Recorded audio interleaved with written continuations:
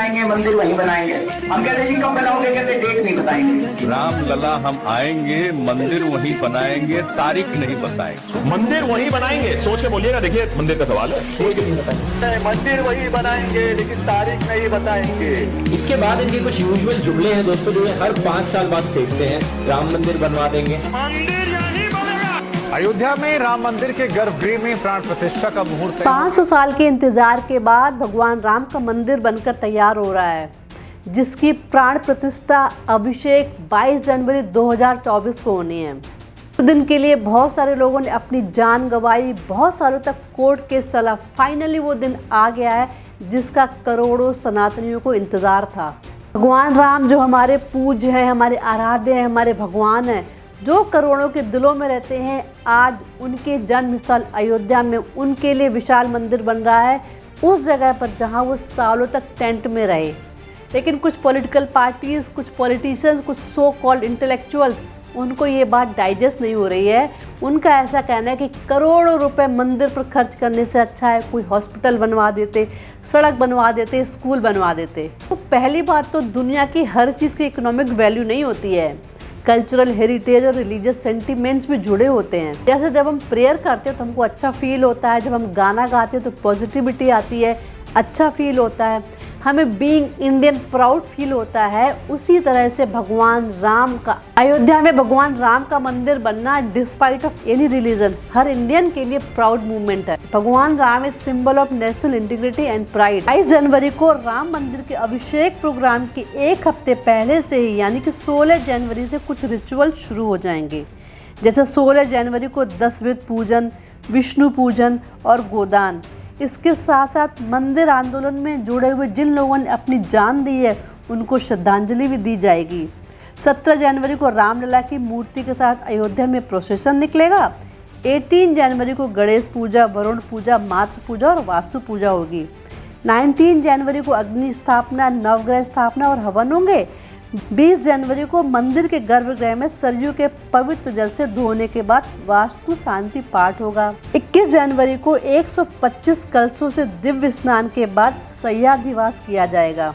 और यही नहीं, दुनिया भर से राम मंदिर के लिए और भगवान राम के लिए गिफ्ट आ रहे हैं। नेपाल जो सीता जी का मायका है और भगवान राम की ससुराल है, वहाँ की गंडकी नदी से स्पेशल स्टोन शालिग्राम पत्थर आए हैं जो भगवान विष्णु के सिंबल है, जो भगवान विष्णु को रिप्रेजेंट करते हैं।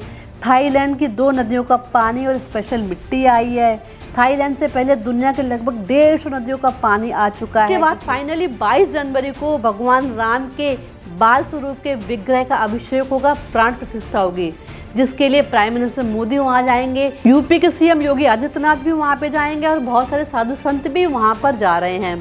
पूरी दुनिया के हिंदुओं के लिए ये बहुत बड़ा दिन है और बहुत स्पेशल डे है।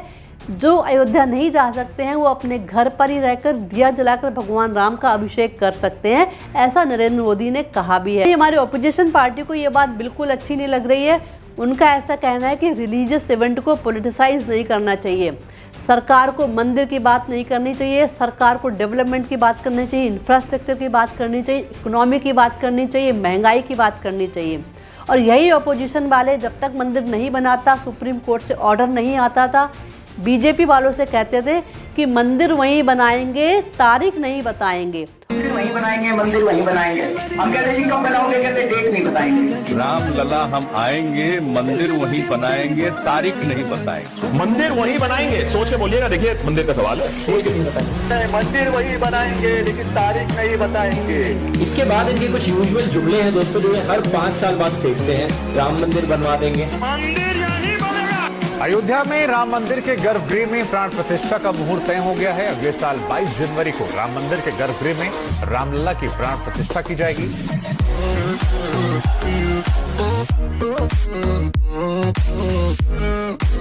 और अब जब मंदिर बनकर तैयार हो गया है तो कहते हैं कि बीजेपी क्रेडिट ले रही है। और जहाँ तक बीजेपी के क्रेडिट लेने की बात है तो बीजेपी का क्रेडिट लेना तो बनता है, क्योंकि पिछले 35-40 सालों से बीजेपी का एक ही मुद्दा था, राम मंदिर। तो आज राम मंदिर बनकर तैयार हो तो उनका क्रेडिट लेना बनता है। इसके अलावा बीजेपी ने एज ए पॉलिटिकल पार्टी और उसके पॉलिटिशियंस ने इसकी कीमत चुकाई है। जैसे लाल कृष्ण आडवाणी को मस्जिद के डेमोलिशन के बाद गलत जैन हवाला केस में फंसाया जाता है, इसी वजह से वो प्राइम मिनिस्टर नहीं बन पाए और अटल बिहारी जी प्राइम मिनिस्टर बनते हैं। जबकि 1989 में वो बाइज्जत बरी होते हैं, उनके ऊपर जो केस लगाया हुआ था वो सरासर गलत था। विवादित ढांचे के डेमोलिशन के बाद 4 जगह बीजेपी की सरकार थी, यूपी, एमपी, राजस्थान और हिमाचल प्रदेश। चारों जगह बीजेपी की सरकार गिरा दी जाती है, यह कहकर कि डेमोलिशन के बाद इन स्टेट्स में दंगे हुए हैं। जबकि सबसे ज़्यादा भयानक दंगे हुए थे महाराष्ट्र में, जहाँ पर कांग्रेस की सरकार थी। वहाँ पर सरकार नहीं गिराई जाती है, वहाँ पर सिर्फ सीएम बदल दिया जाता है। लेकिन बीजेपी ने कभी इस बात की परवाह नहीं करी पावर में है या नहीं है। डे 1 से बीजेपी की प्रायोरिटी थी राम मंदिर और इसके लिए उन्होंने लीगल सॉल्यूशंस का वेट किया। सुप्रीम कोर्ट के वर्डिक्ट के बाद आज जब मंदिर बनकर तैयार हो गया तो उसका क्रेडिट तो बीजेपी को बनता है। और ऐसा भी नहीं कि बीजेपी ने दूसरे और डेवलपमेंट के काम नहीं किए। बीजेपी के पिछले 10 साल के टेन्योर में हम सब ने देखा है कैसे चंद्रयान से लेके रोड इंफ्रास्ट्रक्चर, फॉरेन पॉलिसीज़ और देश की जीडीपी, देश की इकोनॉमिक ग्रोथ किस तरह से आगे बढ़ी है। अभी तक जहां हमने मंदिरों को टूटते हुए देखा या पढ़ा है, किस तरह से इन्वेडर्स ने मंदिरों को तोड़ा है, तो आज अगर राम मंदिर बन रहा है तो उसका हर देशवासी जश्न मना रहा है, खुश हो रहा है। पॉलिटिशियंस की मजबूरी है ऐसा करना, क्योंकि इनके वोट बैंक को अफेक्ट करेगा। अदरवाइज़ ये भी अपने घरों में भगवान राम को पूजते हैं, मंदिरों में दर्शन करने जाते हैं। आई होप आपको ये वीडियो अच्छा लगा होगा। If you like my video please like and subscribe my channel.